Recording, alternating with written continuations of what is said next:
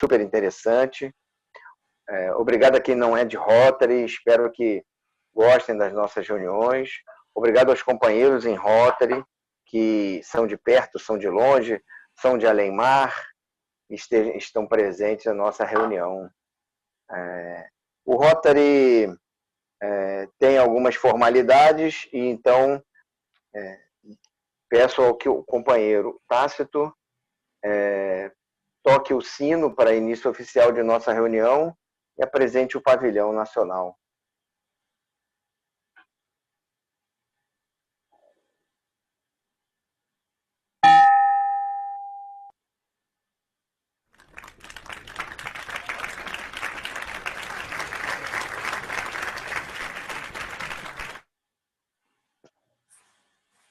O Rotary, obrigado, Tácito. O Rotary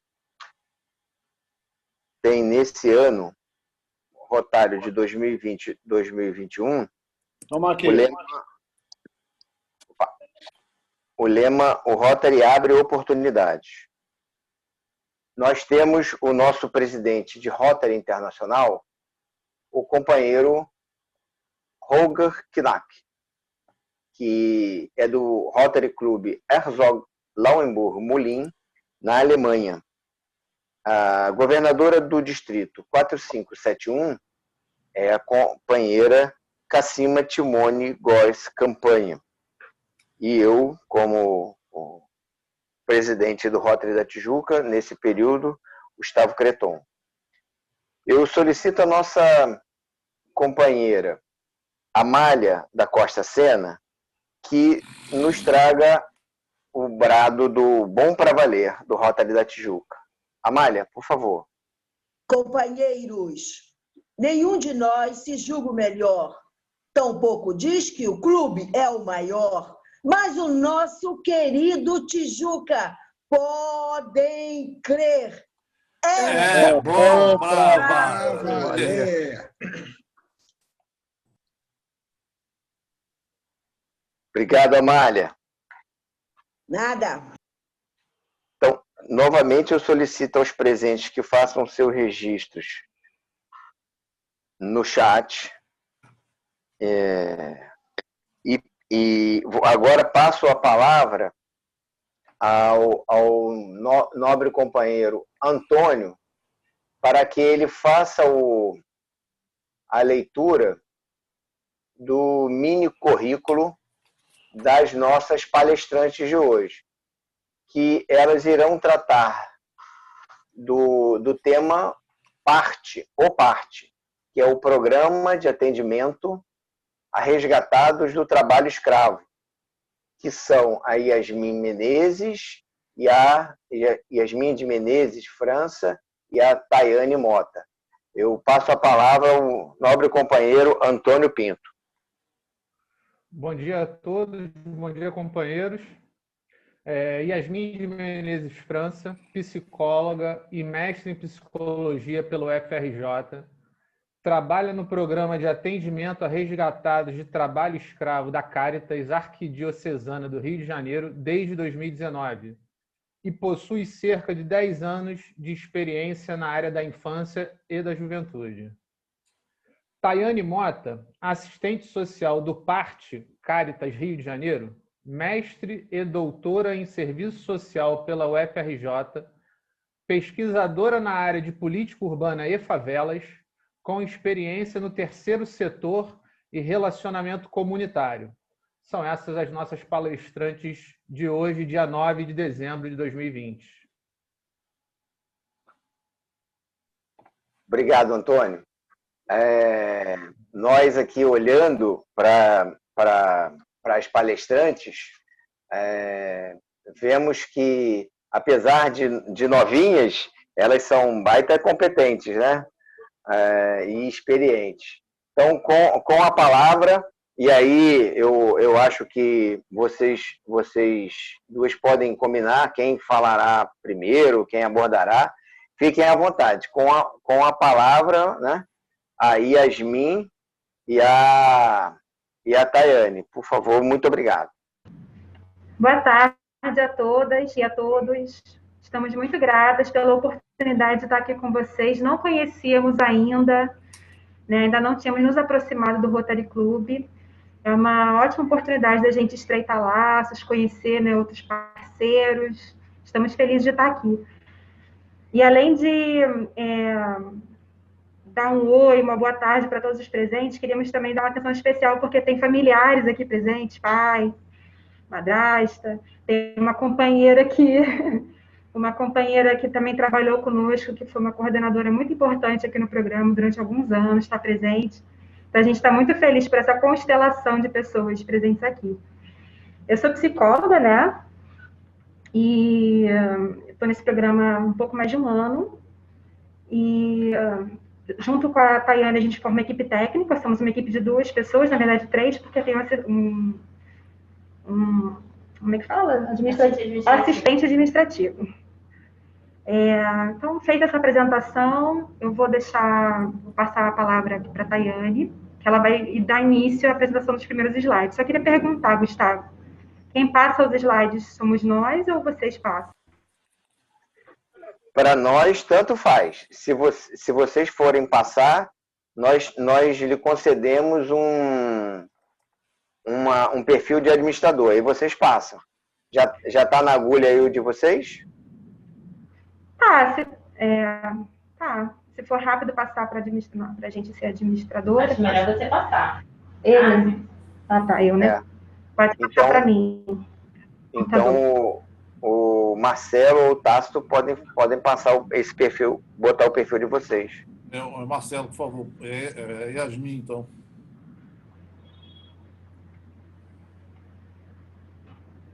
Eu nunca compartilhei a tela. Vai ser a primeira vez. Espero fazer certo. Deixe o seu arquivo aberto e você, quando for compartilhar, você vai achar ele na janela que vai se apresentar à sua frente. Tá ótimo. Obrigada, Tácito. Agradecendo também, essa indicação foi das 2 palestrantes, foi indicação do nosso companheiro Antônio Pinto. Então, também nossos agradecimentos ao Antônio. Okay.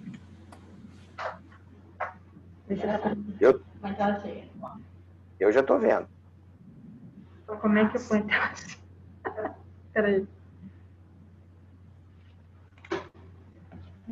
Acho que fica assim, aqui. Pronto. Olá, gente, boa tarde, né? Eu já acabei me apresentando um pouquinho no começo. Eu sou Tayane, entrei no no início do ano, pouco antes da pandemia. Então, eu já peguei essa confusão de coisas, muito trabalho para fazer, para desenvolver. E agradeço muito a presença e a participação de todos e de todos os familiares, da Jaque, que passou o bastão para mim. Eu tenho uma experiência como pesquisadora e como assistente social já de uma longa data, já de uma década. E eu espero trazer um pouquinho da nossa contribuição desse trabalho para vocês, né? Vocês entenderem um pouquinho do que a gente faz. O PARTE, né? Ele é um programa que é a iniciativa de uma parceria do Ministério Público do Trabalho e da Caritas Arquidiocesana do Rio de Janeiro, entendendo que era necessário construir um atendimento psicossocial para trabalhadores que estivessem em situação análoga ao trabalho escravo. Esses trabalhadores, eles eram resgatados, né, pelo Ministério Público do Trabalho, pelas forças de segurança, ou pelos auditores fiscais, e depois, o que acontecia com esses trabalhadores, né? Para onde eles iam, o que fazia com esses trabalhadores depois. Era uma urgência que tivesse um atendimento. Por conta disso, o Ministério Público do Trabalho teve essa iniciativa de convidar a Caritas ainda em 2014 para fazer parte do Projeto Ação Integrada. O que é o Projeto Ação Integrada, né? Ele parte primeiro do reconhecimento do trabalho social que a Caritas faz, que é um trabalho histórico, que tem uma larga experiência desenvolvendo trabalho social, inclusive não só aqui no Rio de Janeiro, como no país inteiro, né? Frentes e iniciativas diferentes, e também criando o Projeto Ação Integrada antes, e surge esse convite em 2014, com o objetivo de quebrar o ciclo do trabalho escravo. exatamente por entender que somente realizar o resgate desses trabalhadores não era suficiente para quebrar o ciclo do trabalho escravo. A gente entende que há uma série de outras questões que afetam a vida desses trabalhadores e que podem influenciar aí na exposição desses trabalhadores ao risco de outras formas de trabalho escravo. Então, aí surge a iniciativa de trazer a Caritas para essa parceria e a construção do PARC.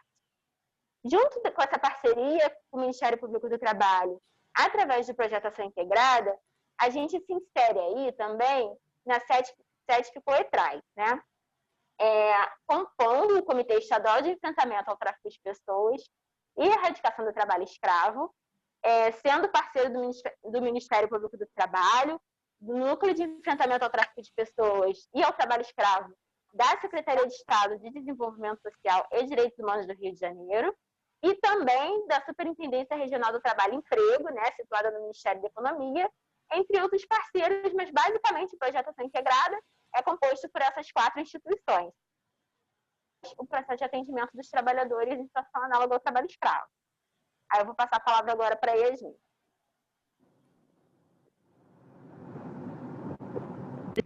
Alô, vocês me ouvem? Ouço. Tá, a minha imagem continua visível, os slides? Então tá bom. Então, a gente fica falando de trabalho escravo, mas as pessoas, nós mesmos, né, antes de chegarmos nessa área de trabalho, a gente não tinha uma noção muito bem delineada do que seria isso hoje em dia, que a gente ainda tem aquele velho imaginário, né, do trabalho escravo do período colonial, mas hoje em dia também existe, a gente pode chamar hoje de trabalho análogo ao escravo, de trabalho escravo contemporâneo, trabalho escravo moderno, existem várias formas de chamar. Mas antes de falar do que é trabalho escravo, a gente explica o que é tráfico de pessoas, porque o trabalho escravo, no nosso Código Penal, ele também é uma modalidade do tráfico de pessoas, né? Porque o tráfico de pessoas, para acontecer, ele precisa ter lá na ponta final uma exploração, um tipo de servidão. Esse tipo de servidão pode ser o trabalho análogo ao escravo, pode ser a adoção ilegal, a exploração sexual ou o tráfico de órgãos. Parece assunto pesado, né? Um assunto... Saiu o quê? Meu áudio? Oi, voltou? Saiu a tela. Saiu a tela? Não. A tela tá... Agora voltou. Então, mas na verdade esse é um assunto que a gente poderia falar mais sobre ele, porque é mais comum do que a gente imagina. Então, o tráfico de pessoas que ele tem... o seu meio, o meio para acontecer, ele precisa ser acompanhado de algum tipo de aliciamento, de transferência com engano, com fraude, com coação, com alguma ameaça ou violência, né? Essa é a noção de tráfico de pessoas segundo o nosso Código Penal. Existem também diferentes noções ao longo do mundo inteiro. Esse é um tema muito discutido em vários países do mundo, nas organizações internacionais também. O trabalho escravo, então, por sua vez, também tem um artigo específico para ele no Código Penal. Aliás, os dois fazem parte do artigo 149 do Código Penal. E no parágrafo sobre ele, diz que é uma redução a alguma condição de análoga de escravo. Submetendo. Aí vocês veem que tem 4 expressões sublinhadas, né? Porque são 4 tipos de classificações dentro do trabalho escravo. São os trabalhos forçados, as jornadas exaustivas, as condições degradantes de trabalho e a dívida contraída. E aí a gente vai explicar agora rapidinho o que é cada um desses, para a gente entender o que é esse trabalho escravo hoje. Essas fotos que a gente está trazendo, a gente pegou com o Ministério Público do Trabalho, nosso parceiro no Projeto Ação Integrada. São fotos de situações aqui no Rio de Janeiro, que aconteceram mesmo. A gente se focou um pouco mais de trazer no Rio de Janeiro, né, as experiências do Rio de Janeiro, não só por conta do nosso trabalho, que é estadual, apesar da gente fazer parcerias interestaduais, mas também porque as pessoas que estão participando aqui desse encontro, a maioria está no Rio de Janeiro, né? Então a gente quis trazer um panorama de como é a realidade aqui. Então, as condições degradantes de trabalho é quando o trabalhador ele não tem acesso às condições mínimas de trabalho e de vida, né, propiciadas por conta dessa situação de trabalho. Então, na primeira imagem, por exemplo, que a gente vê um trabalhador pegando água no rio, com uma água que não é totalmente limpa, aquele trabalhador está pegando água para beber, é água de beber. A carne ao lado, com insetos, né, é a forma como essa carne foi armazenada, né, mal armazenada ao ar livre, sujeita, enfim, à transmissão de muitas doenças, né. Essa foto que a gente pegou para ilustrar a jornada exaustiva foi a fonte do Escravo Nem Pensar. É uma organização a nível nacional muito importante e que junta jornalistas, então eles têm registros também interessantes da gente acompanhar. Eles têm um site, qualquer pessoa que queira saber mais sobre o trabalho escravo pode acompanhar o site do Escravo Nem Pensar. Então, a jornada exaustiva é mais do que hora extra. Quando a gente faz hora extra, a gente fica cansado, mas depois a gente pode descansar, a gente pode recuperar as energias. Na jornada exaustiva, ela é caracterizada por uma impossibilidade de ter o tempo necessário para você conseguir descansar. Então, você trabalha tempo demais, não consegue repor suas energias, e isso compromete a sua saúde e a sua integridade física. Essa foto é uma foto no canavial, porque o trabalho na cana-de-açúcar é um dos trabalhos mais pesados que existe. E a gente acompanha hoje alguns trabalhadores que estiveram em situação de trabalho no canavial, e eles contam, né, de amigos que morreram por exaustão no canavial. Então, isso também, infelizmente, ainda é comum. A servidão por dívida, ela acontece quando o trabalhador, o salário dele é descontado, dívida, muitas vezes de coisas que ele nem sabia que ele estava em dívida. Então, o empregador, ele desconta alimentação. Aí vocês podem ver na primeira imagem, em amarelo está escrito compra liberdade. Então, ele teve que comprar, isso é atual, né? Ele teve que comprar a própria liberdade. Então, é um caderninho que o empregador vai colocando as dívidas do trabalhador, e no final, acontece muitas vezes no final do mês, o trabalhador está devendo mais do que receber algum dinheiro. Então, ele tem que continuar trabalhando para pagar a dívida. Ele não consegue nem ter dinheiro para, enfim, para subsistir, para viver sua vida. Na segunda imagem, mostra que no caderninho da dívida, fala da fronteira, porque são muitos casos de imigrantes, vítimas de tráfico de pessoas para fins de trabalho escravo, que o traficante, o empregador, a empresa que, enfim, está aliciando, ela cobre o valor do pagamento da fronteira, o valor das passagens, eles apreendam documentos e ficam com documentos, e cobrem também o valor de documentação. Então, tudo isso também pode caracterizar trabalho escravo. Para caracterizar trabalho escravo, precisa somente de uma dessas 4 condições. No trabalho forçado, mais uma imagem do MPT, de um caso aqui do Rio de Janeiro, o trabalho forçado é caracterizado por falta de liberdade, né? Então, o trabalhador está numa situação em que ele não consegue sair, seja por ameaça, seja por violência, seja por não haver transporte para que ele se retire em um lugar muito isolado, ele não consegue sair. Então, existem várias formas de o trabalhador não ter liberdade para ir e vir. Nesse caso da imagem, foi um trabalhador resgatado aqui no Rio de Janeiro, que ele sofria múltiplas violências físicas e psicológicas, né? Na imagem, a gente tirou um pouco a visibilidade dela, né? Porque é um pouco chocante. Mas, no caso, é uma orelha que ele recebeu um golpe, uma concha de sopa. A orelha ficou com o formato da concha. Vamos seguir. Então, assim, no Brasil, desde 2003 a 2018, que é quando a gente tem esses dados, já foram resgatados mais de 45 mil pessoas. No Rio de Janeiro, o número é 292. Os principais setores em que há resgate de trabalho escravo é na agricultura, na pecuária, e aí mais para a área rural, né? Mas a gente aqui que vive um pouco mais, convive mais na área urbana, a gente pode se deparar com esses casos principalmente no comércio e na construção civil. Alguns dos nossos últimos casos foram de situações em obras. O Rio de Janeiro, muito marcado por essas grandes obras, né, por conta de grandes eventos. E, infelizmente, nessas situações, existem casos de trabalho precarizado, né, que não está seguindo todas as normas, mas também de trabalho escravo, na sua forma de maior exploração, né? O perfil das pessoas resgatadas é principalmente de homens jovens. E aí a gente sempre tem hoje um grande questionamento em torno dessa questão de gênero, porque muitas mulheres também sofrem superexploração de trabalho, mas a gente entende que elas não estão tendo visibilidade. Muitas mulheres, por exemplo, estão trabalhando como trabalhadoras domésticas. E para a fiscalização desse tipo de trabalho é muito mais complicado, né? É muito mais complicado fiscalizar dentro da casa de uma pessoa, por exemplo.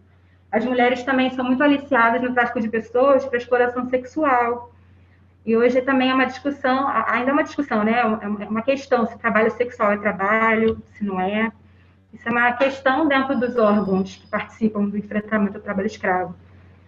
A maior parte deles tem baixa escolaridade, até o 5º ano, são migrantes, tanto internos quanto externos. A gente atende aqui hoje muitos trabalhadores migrantes do Nordeste, dos estados de Maranhão, dos estados de Bahia, Ceará, Piauí e também de Minas Gerais. E geralmente os migrantes, né, a população migrante encontra-se em situação de grande vulnerabilidade nos lugares em que eles chegam, muitas vezes porque eles não falam a língua, ou também porque eles não têm ali uma rede de apoio construída, não conhecem, né, não conhecem as pessoas, não conhecem as instituições, trabalhadores que foram resgatados, que a gente acompanha. Até hoje recebem propostas de emprego em outros estados e mandam informações para a gente, pedindo orientação para saber se trabalha escravo ou não, porque muitas vezes eles recebem a proposta de emprego em outros estados sem saber o que é, o que não é, como é que é. Então, essa questão da migração, para a gente, é um ponto bastante sensível e de bastante preocupação, né? Como é feita a empregabilidade dos migrantes, internos e externos. Externos, a gente já trabalhou muito com chineses, com venezuelanos, hoje também é uma grande preocupação, né, por conta do fluxo de pessoas venezuelanas no Brasil. Bom, e principalmente pessoas pardas, pretas e amarelas, né? A gente construiu um fluxo estadual de atendimento com outras instituições no âmbito do comitê estadual, que é feita primeiro a denúncia. A denúncia pode ser feita por diversos órgãos, eu vou explicar rapidinho no próximo slide. Mas, então, a partir da denúncia é organizada a fiscalização. Quem organiza a fiscalização são os auditores fiscais do trabalho. E aí, na fiscalização, também pode estar presente o Ministério Público do Trabalho, a Defensoria Pública da União, Polícia Federal, Polícia Rodoviária Federal. E aí, essas instituições constatam se foi trabalho escravo ou não. Se foi trabalho escravo, vai haver resgate de trabalhadores. E aí, com o resgate de trabalhadores, eles também têm o direito de receber, de acordo com a lei, 3 meses de seguro-desemprego, como forma de recomeçar a sua vida. Se não houve resgate, são trabalhadores vulneráveis, a gente também pode atender. A gente pode atender os 2 grupos. É feita uma avaliação e a gente vê se a nossa projetação integrada pode dar acompanhamento. E aí, primeiro é feito um acolhimento emergencial, a gente vê quais são as primeiras necessidades, né, de abrigo, de alimentação, de documentação, de roupa, de contato familiar, e aí tanto a gente quanto a Secretaria de Direitos Humanos. Enfim, são feitas ao longo do tempo as articulações com as políticas de assistência social, de saúde, educação, com os parceiros nas comunidades, com as instituições que se colocam à disposição para fortalecer esse apoio, né? Mas e a denúncia, como é que é feita? Qualquer uma dessas instituições que a gente citou no fluxo pode receber, né, o caso e avaliar como pode ser feita a melhor forma de denúncia junto às instituições. Mas esse ano foi criado o sistema IP, que é o sistema exatamente feito para a denúncia de trabalho escravo. É lá da DETRA, da Secretaria de Inspeção do Trabalho, lá de Brasília. É um sistema centralizado para todo o país. Então, qualquer instituição pode realizar essa denúncia. Tá? E aí tem o site, essa aí é a carinha do site, fresquinho, recém-criado. Agora a Tayane pode explicar um pouco mais como é que o programa, enfim, a gente atende, o que a gente faz, né? O que de fato a gente faz para os trabalhadores. Então, gente, no âmbito do nosso atendimento, saiu a tela. Você precisa deixar lá. Opa, perdão. Desculpa, gente. No âmbito do nosso atendimento, né, o que é o trabalho da equipe psicossocial dentro do programa de atendimento a resgatados de trabalho escravo? A gente faz esse atendimento emergencial aos trabalhadores resgatados, mas a gente faz também um atendimento contínuo. Para entrevistar esse trabalhador, para reconhecer as demandas sociais, às vezes de saúde mental, de saúde e assistência social, integrando as políticas públicas nesse atendimento que a gente faz. Então, a gente tem um olhar multidisciplinar que traz as diferentes perspectivas das profissões que estão envolvidas, né? Tanto do serviço social, tanto quanto da psicologia. Então, a gente busca esse trabalho interdisciplinar para poder garantir a qualidade do atendimento e também o melhor encaminhamento desses trabalhadores para as diferentes políticas públicas que existem. Às vezes, para cursos de formação profissional, né? Encaminhando para instituições de ensino, também para receber o programa Bolsa Família. Na pandemia, a gente teve uma atuação muito forte auxiliando esses trabalhadores no cadastramento para o auxílio emergencial do governo federal. A gente acolheu demandas de trabalhadores que já vinham sendo atendidos pela gente, mas que estavam passando por situação de desemprego novamente. Então, a gente precisou de uma atuação mais emergencial por conta da pandemia, do isolamento e do lockdown. Então, esse trabalho vem sendo desenvolvendo ao longo do tempo e, particularmente na pandemia, tendo essa ótica, né, de entender o que a pandemia está trazendo de impacto na vida desses trabalhadores e poder, a partir daí, fazer articulação da rede. A gente faz a articulação da rede tanto para atendimento desses trabalhadores, como para fortalecimento desse fluxo do encaminhamento, né? Para estabelecer procedimentos, para a gente criar um fluxo mais interessante, que facilite nosso diálogo, para desenvolver estudos de caso, para atender esses trabalhadores, acionar recursos, né, do município, do governo do estado, do governo federal, para ser destinado a essas pessoas, porque nem sempre a gente atende só o trabalhador individual, né? Às vezes ocorre um resgate com dezenas de trabalhadores. E, às vezes, o trabalho escravo ele afeta comunidades inteiras. A gente entende que o trabalho escravo no âmbito brasileiro ele acaba expondo a risco comunidades que estão em situação mais, como que eu posso dizer? Que tem maior dificuldade de acesso às políticas públicas e maior dificuldade de produção, né? Produção dos seus próprios meios de vida. As comunidades quilombolas, por exemplo, as comunidades indígenas, são comunidades que têm estado expostas aos riscos do trabalho análogo ao escravo. Nosso trabalho também compreende o desenvolvimento de estratégias, né? Junto com o SETIC Poetrais, junto com o Ministério Público do Trabalho, com o NETP, do Governo do Estado, a gente tenta desenvolver estratégias de influência política e sensibilização pública. Como que a gente faz isso? Participando de palestras, como a gente está aqui hoje, a gente leva a temática para outros espaços, a gente escreve artigos, também desenvolve folhetos, né, para divulgação de informações, até para os canais de denúncia. Nem todo mundo sabe como pode denunciar, né? Ainda é uma coisa pouco divulgada. Então, isso também faz parte do nosso trabalho.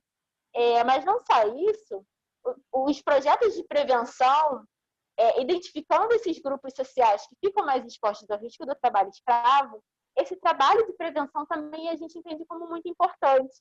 E a gente vem desenvolvendo ao longo desse último ano, dos anos anteriores, também um importante trabalho da JAC, e ao longo desse último ano, um trabalho com a população quilombola de 2 quilombos da região dos Lagos. E a gente vem desenvolvendo cursos de capacitação profissional com eles, aí articulando com outros parceiros, né? Com o Senar, com o Serviço Nacional de Educação Rural, o TERJ, a Emater, que são instituições que são voltadas mesmo para a produção rural e podem atender e acolher essa comunidade de diversas formas, inclusive com a titulação da terra, entre outros porém.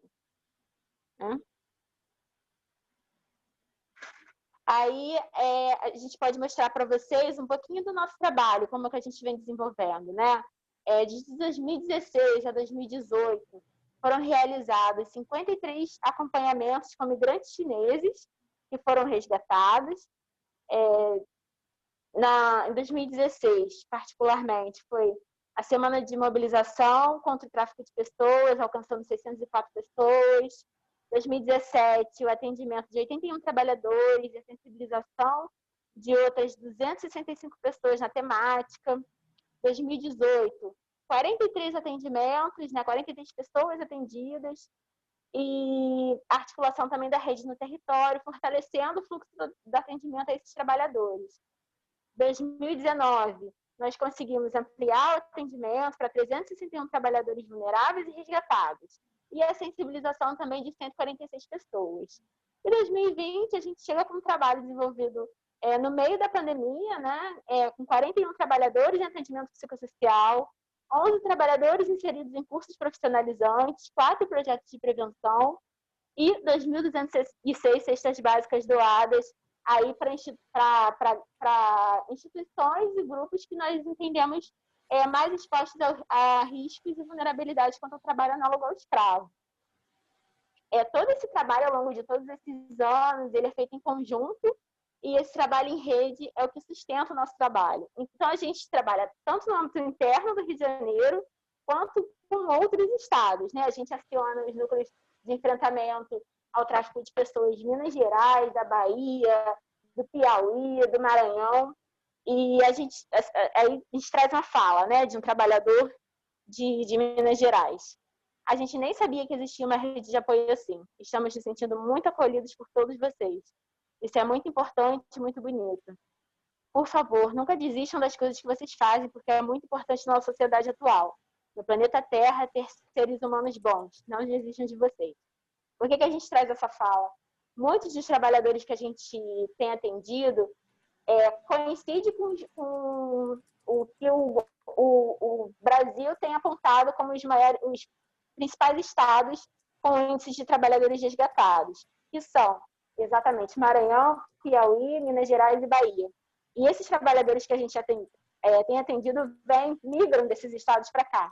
Então, eles têm tido um retorno muito positivo em relação à nossa atuação, principalmente no sentido de acolher as demandas deles.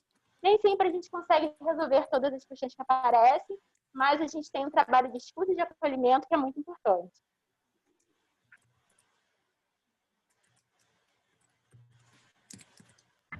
Daiane, do meu som, a gente está finalizando. Já tá finalizando então, não é isso? A gente vai para o último slide. Tá bom. Depois a gente abre para perguntas. Obrigado. Tá bom. Nada. Então, a gente pensou em trazer para vocês, assim, existem vários mecanismos na atualidade de enfrentamento ao trabalho escravo. Existe uma política nacional, são construídas políticas estaduais, e tem vários esforços para enfrentar o problema, né? Tanto no atendimento às vítimas, quanto na prevenção. E aí, um dos mecanismos que existe, que tem uma normativa, né, uma portaria interministerial, é mais conhecido como lista suja, que é o cadastro de empregadores que tenham submetido trabalhadores a condições análogas a de escravo. Essa é uma ferramenta importante, porque, principalmente, ela vem trazer para a gente a necessidade de termos atenção às nossas cadeias produtivas. Então, a gente achou legal trazer, como a gente sabe que poderiam ter pessoas que trabalham em empresas, que estão aqui presentes, né, que pensam o trabalho nas suas empresas, que pensam a administração das suas empresas, que seria interessante trazer essa reflexão sobre a atenção aos produtos que, por exemplo, não só a gente, enquanto indivíduo, consome, mas enquanto empresa, enquanto instituição, quais são as matérias-primas, de onde elas estão vindo. Hoje já tem essa lista de empregadores que a gente pode acessar lá, colocar o CNPJ, colocar o Estado, né, encontrar empresas que já foram julgadas por terem submetido seus trabalhadores à condição de trabalho análogo de escravo. E aí, a ideia é que a gente, tendo consciência, né, desse tipo de prática, evite certas empresas, né, busque ter uma atenção à sua cadeia produtiva. Se a minha empresa é de açúcar, eu vou ver quem é a fazenda que está me dando a cana, né, esse tipo de coisa. Então, essa é uma ferramenta que a gente elogia, né, que é bastante elogiada no mundo todo, e traz essa reflexão, né?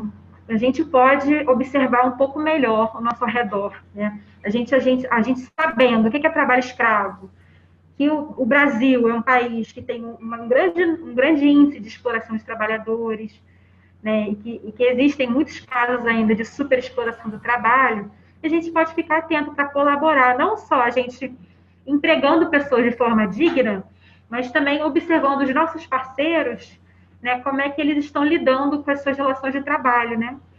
E aí a gente achou que caberia fazer essa reflexão com vocês. Esses são os nossos contatos. Nós temos um telefone funcional com a psicóloga e com a assistente social. A gente fica aqui na Glória, a gente está em home office, a gente veio hoje só para uma reunião e acabou ficando para participar.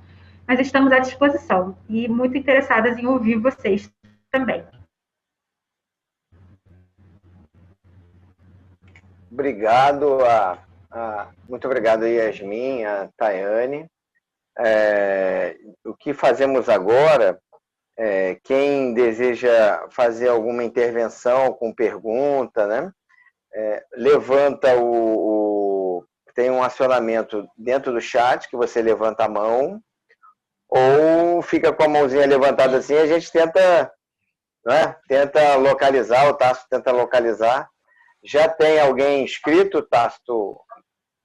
Presidente, o companheiro Beni está inscrito. Então, por favor, com a palavra o companheiro Beni.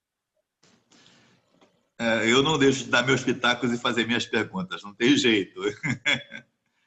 Bom, obrigado pela palestra, acho um assunto relevante e interessante da gente trazer para o Rotary e para as nossas vidas. Há bastante tempo atrás, eu era adolescente, eu conheci duas famílias que adotaram, aspas, duas irmãs. Uma foi adotada pela mãe e a outra pela filha. Então, a que foi adotada pela mãe vivia a vida de uma jovem normal. A que foi adotada pela filha, né, nessa adoção informal, era o patinho feio. Né? Era a Cinderela dentro da casa. Era tratada quase como escrava. Então, isso é uma realidade que lá atrás ninguém falava nada, ela era uma empregada sem remuneração. Hoje isso ainda acontece, infelizmente, e também na condição de empregadas domésticas e de alguns tipos de trabalho. A gente vê que não só entre chineses, mas até pessoas oriundas da América Latina têm tido esse tipo de condição por exploração, devido até a terem vindo informalmente para o país. Agora, a minha pergunta o governo federal vem propagando através da ministra Damares Alves que vai atacar todas essas condições de exploração, seja a exploração sexual de crianças, adolescentes e adultos, a parte de tráfico humano e também de subemprego e essa parte de escravos na parte de semi-escravidão na parte de trabalho. Como é que está isso? Existe alguma questão mais ideológica, onde há empecilho de um lado ou do outro? Existe um trabalho realmente integrado? As pessoas estão trabalhando independente de ideologia, e isso está fazendo parte de uma política de Estado realmente? Ficam as minhas perguntas.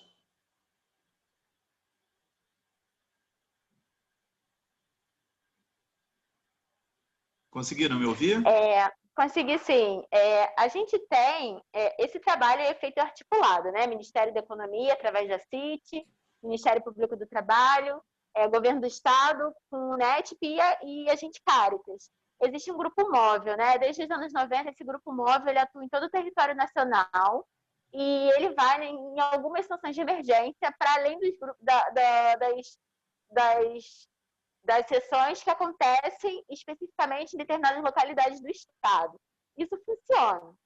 A gente entende que assim, há uma dificuldade financeira do governo federal, né, de conseguir dar continuidade às políticas públicas que vinham sendo desenvolvidas anteriormente. Há, de certa forma, uma desmobilização, mas, ao mesmo tempo, que houve a incidência dessa nova tecnologia, que é o Sistema IP, né, que é um grande avanço, ainda está em análise, em fase de implementação, mas que a gente entende que é um grande avanço, porque a denúncia vem de cima, as fiscalizações vão ser organizadas de cima, acionando as instituições competentes, e a gente entende que isso é um ganho. Agora, ao mesmo tempo, isso não significa necessariamente que haja um grande incentivo para que essas operações aconteçam, né? A gente entende que, inclusive, a própria reforma trabalhista, ela dificulta da gente de reconhecer novas formas de trabalho escravo, análogo ao escravo. Ela dificulta a gente de entender melhor esses fluxos que acontecem, inclusive de acionar a legislação trabalhista para a gente poder inserir essas pessoas nos programas que elas deveriam estar inseridas. Eu acho que é isso. Assim, há, sim, essa nova tecnologia, mas a gente entende que também há inúmeros desafios e que a gente tem muito para avançar ainda.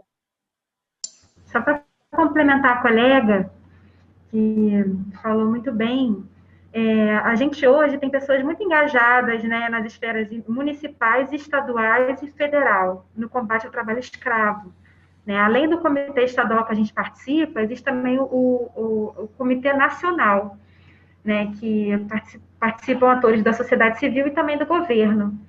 Mas é claro que hoje a gente vive um acirramento, né, de conflitos, né, na seara política, das políticas públicas. Então, assim, alguns enfrentamentos, alguns desafios em torno dessas questões ideológicas, né? Não é um tema fácil, porque acaba pesando no bolso de uma certa classe, né, no país, que é a classe de algumas pessoas, por exemplo, que têm muitas terras, né, que são grandes agricultores, grandes fazendeiros. Então, como é um tema sensível, um tema difícil, ele acaba gerando, sim, alguns defensores de diferentes lados políticos, né? Então, hoje é um campo mesmo de disputa de narrativas que a gente vive em torno também do trabalho escravo. Assim como está no tema da saúde, assim como está no tema da economia, assim como está no tema, enfim, da educação, também está em torno do tema dos direitos trabalhistas. E vocês, por acaso, estão conseguindo superar esse tipo de problema das narrativas, das ideologias e fazer um trabalho decente, apesar do problema? Olha, a gente se preocupa muito com o trabalho técnico e de qualidade, né? A gente entende que existe um fluxo de políticas públicas que a gente pode acionar e a gente está sempre mobilizando essas políticas públicas para desenvolver o trabalho. Nem sempre as políticas públicas estão estruturadas o suficiente para a gente conseguir finalizar o acompanhamento. Às vezes a gente tem dificuldade de encontrar um centro de referência de assistência social no município, no interior do Piauí. Às vezes a gente tem dificuldade de inserir uma família no cadastro do Bolsa Família, porque é uma lista muito grande de espera. Tem INSS, o INSS tem sido um grande gargalo para a gente, de trabalhadores que teriam direito ao BPC, ao benefício de prestação continuada, e FGTS, não estão conseguindo acesso por conta de N fatores, inclusive que vêm de todas as esferas, né? Tanto de governos municipais, estaduais e federais. São gargalos, sim, mas a gente continua no processo de acolhimento e de escuta, e que para eles também é muito importante. E que acaba tentando criar outras alternativas, porque, na verdade, nosso papel, quando as políticas públicas não funcionam, é que eles consigam desenvolver outras alternativas, outras estratégias, para conseguir quebrar o ciclo do trabalho escravo. Até porque existem uma série de vulnerabilidades, né? Não é uma vulnerabilidade, não é uma pessoa que estava aleatoriamente, foi cooptada e foi pega numa situação de trabalho escravo. Mas são uma série de fatores históricos relativos, por exemplo, à falta de moradia, à inserção na política educacional, de saúde, inclusive de acompanhamento de saúde. Então, articular isso tudo é complexo, né? Mas a gente tem conseguido fazer um trabalho, ter respostas muito boas, assim, diálogo com abrigos, com várias equipes, inclusive de dar respostas emergenciais a pessoas que estavam, não tem uma comida na minha geladeira, o que a gente vai fazer? Lá, o cara está lá na Bahia. Aí a gente consegue dar o nosso jeito e consegue acionar a rede de lá. Uma última complementação. Você pode dar oportunidade a outro, Ben? Para ajudar. Pode repetir, por favor? O que nós, enquanto sociedade, podemos fazer para ajudar as pessoas, os indivíduos e os grupos como o nosso? O que a gente pode fazer para ajudar nesse sentido? Isso vai de acordo com a complementação que eu queria fazer, que diante de toda essa falta de estrutura, né, das políticas que a gente está vendo hoje, a gente conta muito com os recursos comunitários, com as pessoas, com a sociedade civil, com as organizações. As pessoas, elas podem se preocupar com essas cadeias produtivas, com as suas organizações, em promover trabalho digno, em levar esse tema. Nós, por exemplo, podemos ser convidadas a falar nas instituições sobre o tema, a fazer trabalhos de sensibilização com as pessoas, né? Também é importante, quem tem uma capacidade de financiar, existem vários projetos também para ser financiados no Brasil, no Rio de Janeiro, né, para interromper esse ciclo. Então, quem tiver interesse, nós também, às vezes em quando, até pensamos em abrir algumas vagas para voluntariado, em alguns setores, né? Enfim, existem estratégias de trabalho, tanto de você ter atenção às pessoas que trabalham com você, quanto de você colaborar no nível maior. Obrigado. Tácito, tem mais alguém inscrito? Tem, companheiro Sérgio Carvalho. Só o Sérgio ou tem mais alguém? Que eu esteja vendo aqui na tela só o Sérgio. Então a gente